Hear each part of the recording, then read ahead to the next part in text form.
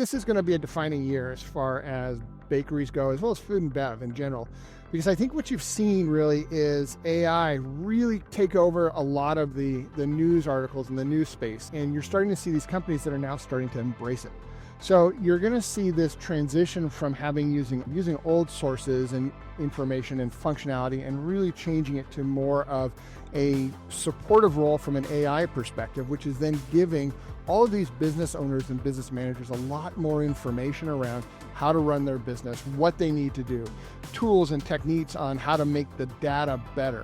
And when we talk about data, I think you're going to see a lot of investment around making sure that you're getting the right data out of the system.